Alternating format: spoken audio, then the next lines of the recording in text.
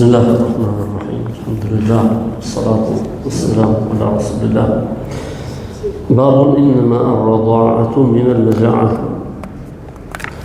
gjithëdhënia ka fuqi për thënë me gjykimin e saktë atëherë kur është në kohën e vetë. Dhe ne kemi folur sot në sabat për gjithëdhënien kur ajo ka gjykimin e gjakut. Dhe kishte disa kritere që duheshin plotësuar. Nga këto kritere ishte që të jetë në kohën e gjithëdhënies, pra brenda 2 vjeçarit.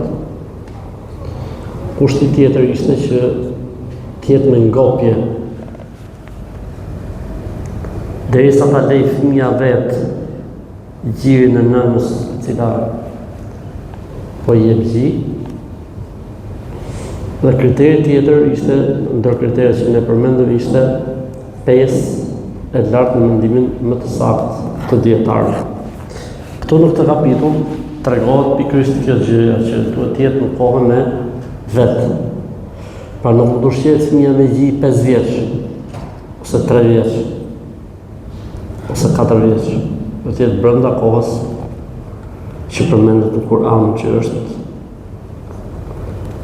والوالدات يرضعن أولادهن حولين كاملين. 2 vitet, pra 2 vitet e para.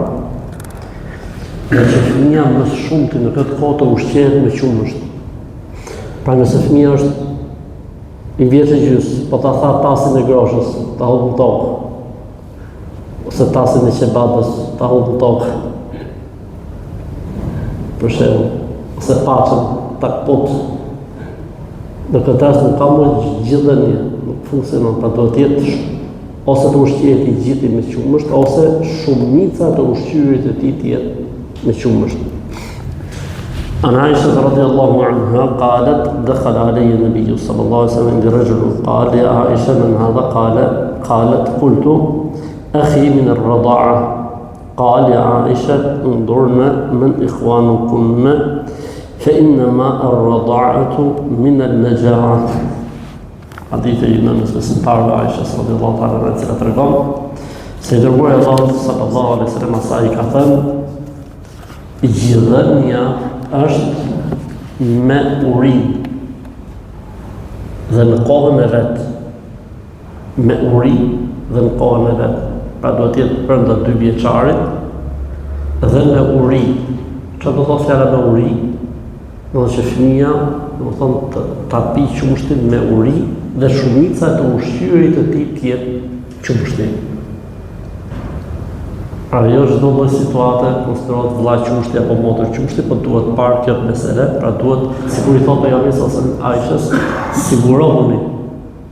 Çfarë bën njerëzve herë?